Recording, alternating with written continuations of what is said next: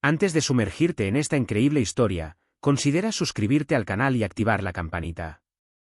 Cada historia aquí tiene algo que decir, y no querrás perderte ni una. Aliméntame y sanaré a tu hijo, él no lo creía.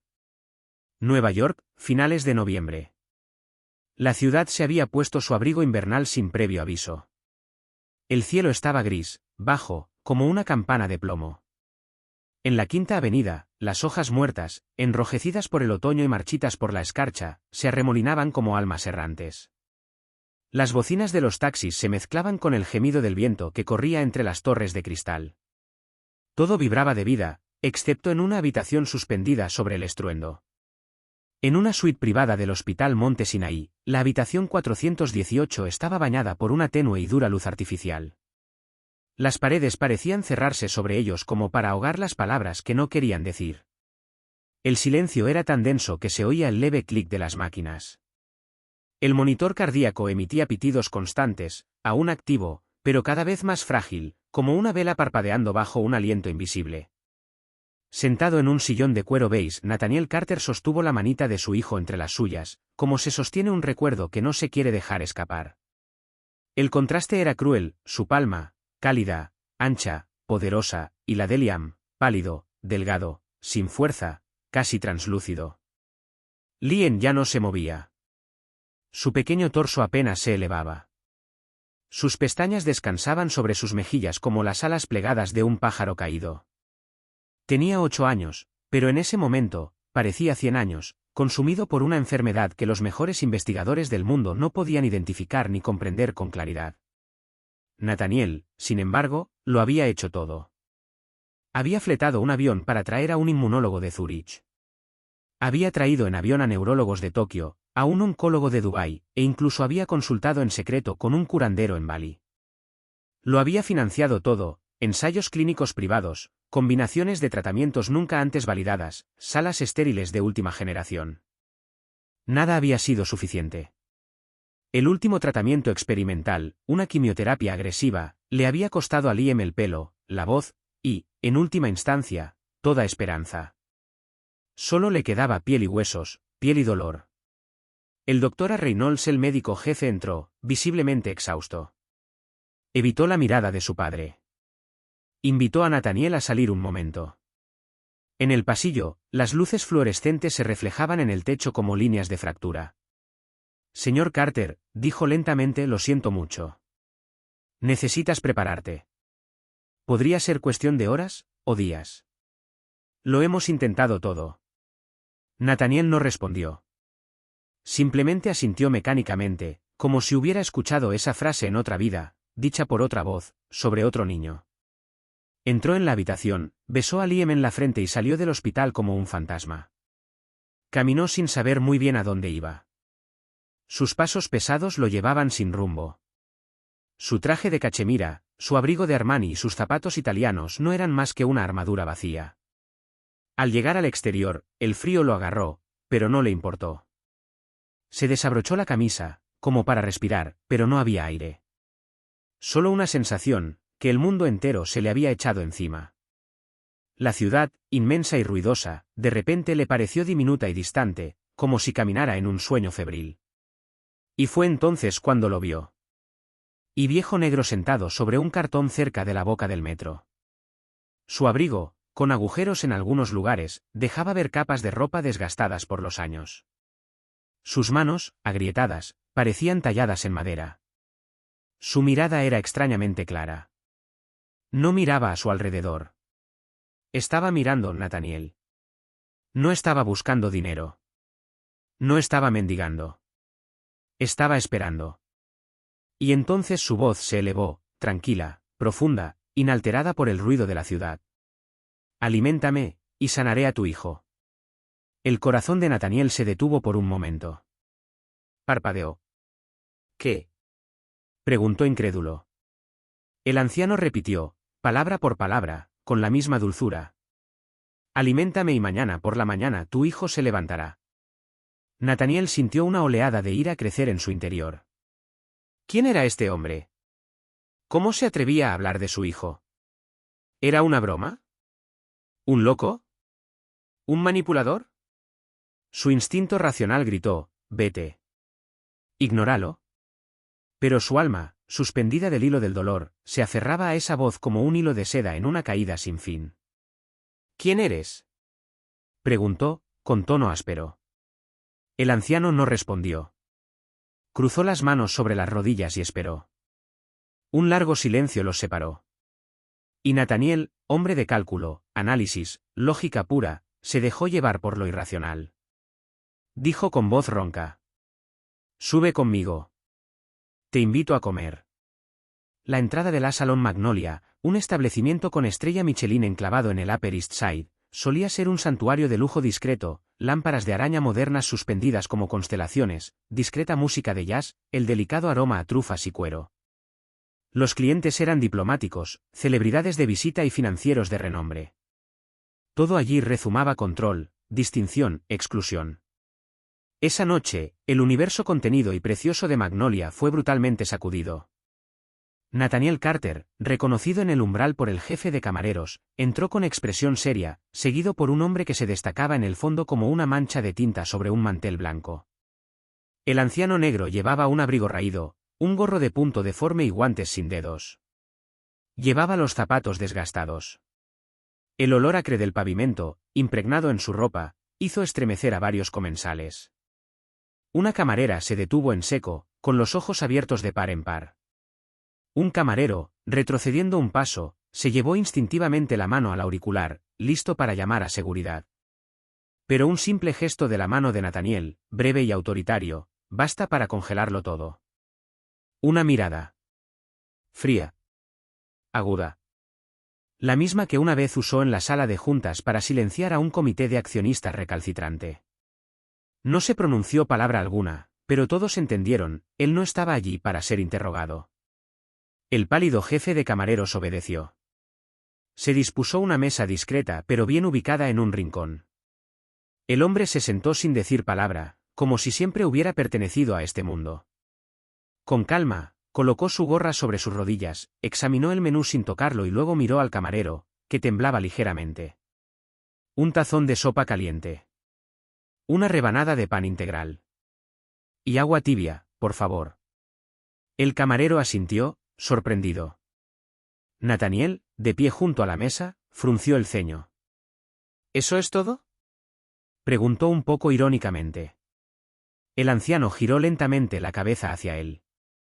Te dije que tenía hambre. No es que quisiera un banquete. No hubo provocación ni arrogancia. Solo una sinceridad cruda y cautivadora. Nathaniel se sentó frente a él. Aún no entendía qué hacía allí ni por qué había accedido a seguir aquella absurdidad. Aún así, se quedó. Porque algo, en esa mirada serena, ponía en duda todas sus certezas. Llegó el plato. Una sopa de verduras humeante, servida sobre un mantel de lino impecable. El anciano comió despacio, en silencio. Cada bocado parecía ritual, casi sagrado. Masticaba despacio, con la mirada baja, sus gestos mesurados, como si cada cucharada fuera una plegaria. Nathaniel, sin embargo, no tocó nada. Simplemente observó. El contraste era sorprendente, el hombre de negocios, con el cuello cerrado, el reloj suizo en la muñeca, visiblemente incómodo, y el hombre sin nombre, sucio, pero perfectamente a gusto en ese espacio en el que supuestamente no tenía cabida. Después de un rato, Nathaniel rompió el silencio. Dime qué eres. ¿Adivina qué? ¿Un ministro caído? ¿Un sanador? ¿Formas parte de una secta? El anciano levantó la vista lentamente. No parecía divertido ni ofendido. Simplemente, por encima de todo. Soy lo que soy.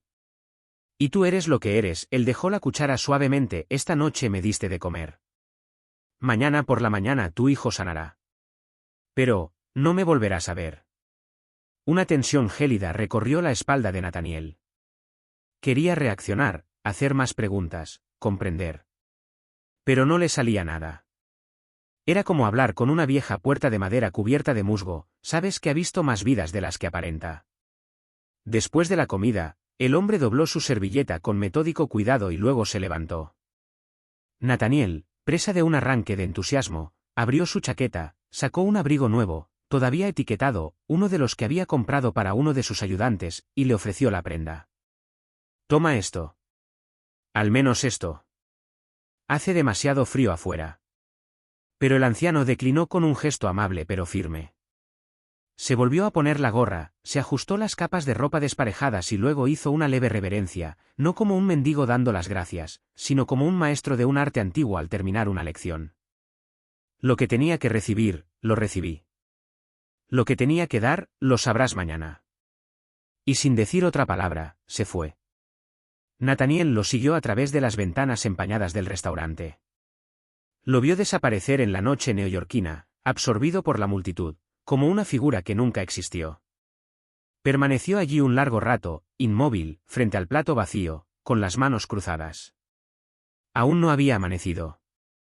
El cielo de Manhattan era de un azul ceniciento, las farolas aún proyectaban su tenue resplandor sobre las aceras desiertas, y el aire olía a lluvia inminente. Nathaniel Carter no dormí esa noche. Estaba sentado en su sala, con la mirada perdida en la oscuridad, con un vaso intacto sobre la mesa de centro. No había encendido la televisión ni tocado el teléfono. No estaba seguro de qué esperaba. ¿Una revelación? ¿Un sueño? ¿Una locura pasajera? El único hilo al que se aferró, por absurdo que fuera, fue esta frase. Esta noche me diste de comer. Mañana tu hijo sanará. Alrededor de las 6 de la mañana, no pudiendo aguantar más, se puso el abrigo, llamó a su chofer y se dirigió a la Hospital Monte Sinaí. El coche aceleró por las calles aún dormidas. Los faros proyectaban sus luces sobre los charcos y las bolsas que se habían llevado el viento. Nathaniel vio pasar las luces, con el corazón latiendo con fuerza, pero la mente nublada. ¿Y si no hubiera nada? ¿Y si estuviera soñando? ¿Y si enloqueciera de dolor? Al llegar al hospital, subió las escaleras sin decir palabra. El pasillo que conducía a la habitación 418 le pareció más largo que nunca. A cada paso, oía sus propias dudas resonando como tambores apagados. Pero en el momento en que puso su mano en el mango, escuchó un sonido que no había oído en semanas. Una risa. Claro. Ligero. Infantil. Abrió la puerta de golpe. Y lo que vio lo impactó profundamente. Liam, sentado en su cama, con las mejillas sonrosadas, rió con ganas mientras lanzaba su peluche al aire y lo volvía a atrapar. Sus ojos brillaban. La voz, que la enfermedad le había robado, había regresado. Se volvió hacia su padre, radiante. «Papá. ¿Lo viste? Está volando». Nathaniel se quedó congelado. No se movió. No habló. Simplemente cayó de rodillas. Las lágrimas brotaron de sus ojos, incontrolables. No eran sollozos elegantes ni contenidos. Eran un colapso. Brutal. Animal. Un grito silencioso que brotó de sus entrañas. Todo lo que había contenido durante meses de lucha, ira, impotencia, finalmente se escapaba. Las enfermeras quienes presenciaban la escena también estaban consternados. Varios lloraban abiertamente. Una joven auxiliar de enfermería se tapó la boca con la mano, como para reprimir la emoción. Otra filmó discretamente, consciente de que presenciaba algo único. El doctor Reynolds, que había llegado corriendo al oír la palabra «de pie», permaneció en silencio al principio. Examinó al niño y llamó a un técnico para análisis inmediatos. Luego una segunda serie. Luego una tercera. Llamó a sus colegas en Zúrich y en Tokio. Releyó todos los archivos. Y, sin embargo, todos los resultados decían lo mismo: la enfermedad había desaparecido. No hay remisión lenta. No hay reacción al último tratamiento. ¿Se fue? Se evaporó. Como si nunca hubiera existido. No hubo ninguna explicación. Luego, en un raro momento de humildad, el doctor Reynolds colocó su mano sobre el hombro de Nathaniel y dijo simplemente: «No lo entiendo». Pero pasó. Los días siguientes fueron un torbellino. Los medios de comunicación se interesaron por esta recuperación milagrosa. Se habló de un fenómeno inexplicable. De un posible caso de autocuración extrema. Querían que Liam se convirtiera en un caso de estudio, un símbolo de esperanza. Pero Nathaniel no quería entrevistas, ni cámaras, ni focos. Tenía un solo objetivo: encontrar el hombre en la acera. Tenía la ciudad llena de carteles. ¿Has visto a este hombre? Contrató detectives privados. Recorrió albergues, comedores sociales y clínicas de rehabilitación de drogas. Incluso llegó a consultar a un vidente. Él ofreció una recompensa de $1 millón para cualquier información confiable. Pero nada. Algunos dijeron haberlo visto en el Bronx. Otros en Harlem. Un hombre sin hogar afirmó haberlo visto, en sueños. Pero nadie lo encontró. Sin rastro. Sin nombre. Sin grabación. Como si la ciudad misma lo hubiera borrado. Nathaniel volvía a menudo al mismo lugar donde lo había conocido. Se sentaba en el mismo banco, observaba a los transeúntes y escuchaba el murmullo del metro bajo sus pies. A veces traía sopa. A veces pan caliente. A veces nada más que su silencio. Nunca lo volvió a ver. Pero él nunca lo olvidó. Nunca. Entonces comprendió que no le correspondía al hombre regresar, le correspondía a él continuar. 6 meses después. El mundo descubrió otra faceta de Nathaniel Carter. El hombre apodado el magnate del silicio humanizado ya no aparecía en las charlas TED ni en las clasificaciones de Forbes. Su nombre ya no aparecía en las portadas de las revistas financieras, sino en las columnas de redes sociales de los periódicos, donde se narran las historias de compasión que las cámaras a menudo pasan por alto. Sin rueda de prensa, sin fanfarrias ni bombos, Nathaniel vendió el 60% de sus acciones en Carter Tech, su imperio tecnológico, fundado 2 décadas antes en un garaje del Bronx. Este gesto dejó atónitos a sus socios, aterrorizó a sus accionistas, pero Nathaniel no se inmutó. Ya no actuaba con la lógica de la rentabilidad, sino con la de la gratitud. Fundó una organización a la que llamó la Fundación Pan y Luz Pan para sobrevivir, luz para el alma. Su objetivo: alimentar, cuidar, albergar y sobre todo, escuchar. Dar voz a quienes ya no vemos. Ofrecer presencia, refugio, una comida, aunque sea modesta, a quienes la sociedad había clasificado como perdidos. En la ceremonia de inauguración del primer centro de la fundación en Harlem, Nathaniel Carter se dirigió a una multitud de personas que habían estado sin hogar, enfermeras voluntarias, niños recuperados, madres cansadas y jóvenes que buscaban un segundo aire. No tenía teleprompter ni un discurso preparado. Solo una voz temblorosa y ojos húmedos. Una noche, le di de comer a un hombre que, en otras circunstancias, habría pasado de largo sin verlo. Me dijo: aliméntame y sanaré a tu hijo. No le creí. Pero decía la verdad. Incluso hoy en día, no lo sé comentario, es por qué. Pero yo lo sé que sucedió. Y sé cómo me siento cuando veo a mi hijo vivir. Así que les digo esto a todos ustedes aquí, y a aquellos que nunca escuchan este tipo de discurso. Alimenta a alguien. Ama a alguien. Y quizás, sin saberlo, sanarás mucho más de lo que imaginas. El silencio que siguió fue más elocuente que el estruendoso aplauso. A partir de entonces, cada año en la misma fecha, una suave tarde de otoño, Nathaniel Carter iba, solo en Central Park. Se sienta en el mismo banco, cerca del lago, a la hora en que los caminantes se desvanecen y las farolas empiezan a susurrar. A su izquierda, posa 2 tazones de sopa caliente y 2 rebanadas de pan integral. Él no habla. No mira su teléfono. Él está esperando. El hombre de la gorra sucia y mirada tranquila nunca regresó. Pero Nathaniel continúa esperando. No porque crea que el viejo reaparecerá. Pero porque esa noche lo cambió todo. Porque esa noche, un plato de sopa compartido sanó una vida. Hoy, Liam Carter, su hijo, corre por los pasillos de la casa, canta en la ducha, monta en bicicleta en la entrada, pide que le lean un cuento antes de dormir. Goza de perfecta salud. Sin síntomas. Sin tratamiento. Simplemente una alegría de vivir que ni los médicos pueden explicar. Y cada noche, cuando Nathaniel le besa en la frente antes de apagar la luz, recuerda: el milagro no ocurrió en un laboratorio. No se compró con miles de millones.